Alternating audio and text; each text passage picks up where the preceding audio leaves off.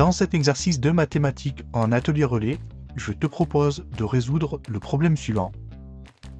Tu peux mettre la vidéo en pause et attraper une feuille et un crayon pour essayer de le résoudre. Une fois que tu auras suffisamment réfléchi, tu pourras remettre la vidéo en lecture pour écouter la correction que je te propose. Je te fais entièrement confiance pour essayer de résoudre ce problème sans regarder la correction. Toutefois, si vraiment tu n'y arrives pas, tu as bien évidemment le droit de regarder la correction et de t'en inspirer pas à pas. Bon courage à toi, c'est parti.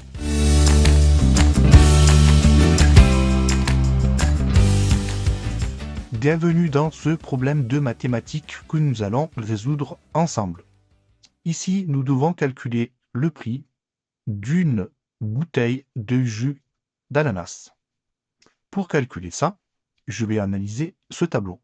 Je vois que j'ai trois boissons, la Pisonati qui est une sorte de iced tea, le jus d'ananas et le lait d'amande. Ces trois boissons se vendent en bouteilles. Il y a 10 bouteilles à 1,49 € ici pour la Pisonati, ce qui fait 14,90 €.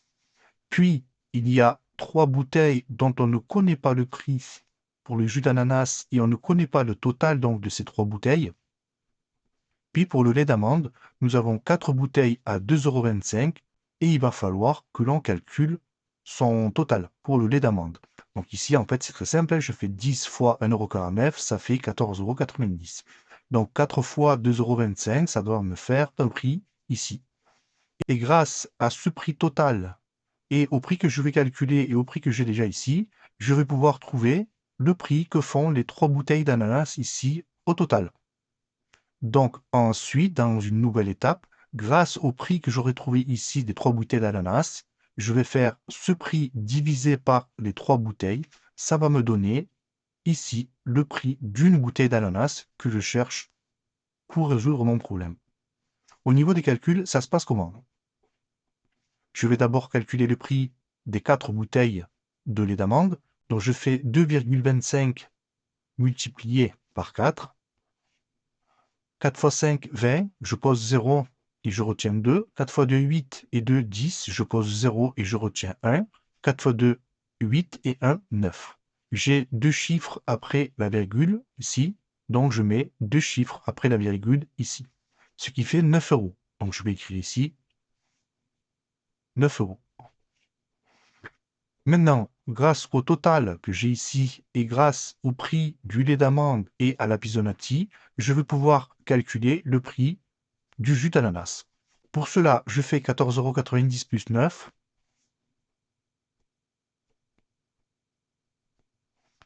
Donc 9, c'est 9,00. Hein.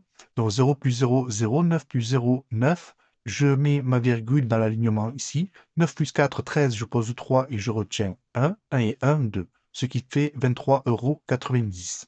Donc maintenant, j'ai obtenu le prix de cette boisson plus celui de cette boisson. Ça fait 23,90 €. Je vais, grâce à ces deux prix plus le total des trois boissons, je vais pouvoir calculer le prix de mon jus d'ananas.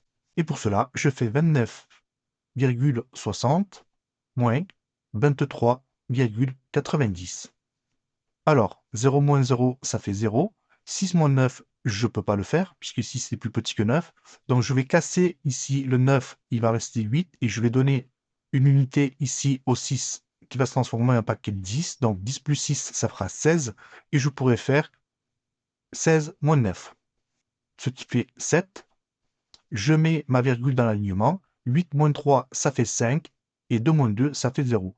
Donc, je trouve ici 5,70 € pour le total des 3 bouteilles d'ananas. 5,70 €.